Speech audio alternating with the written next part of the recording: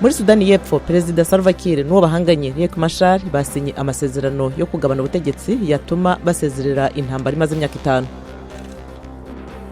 Mu nama y'ibihugu bitanu byiyise BRICS, Perezida Xi Jinping w'Ubushinwa yaburiye Perezida wa Amerika Donald Trump amwumvisha ko ntawuzatsinda intambara y'ubucuruzi.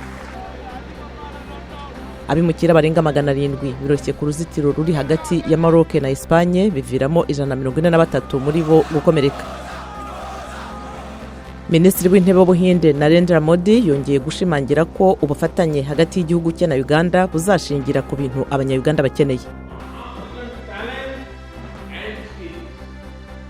Naho muri Zimbabwe Perezida Emerson Mnangagwa yasuye uruganda rw'amabuye y'agaciro ruri ahitwa Kwekwe.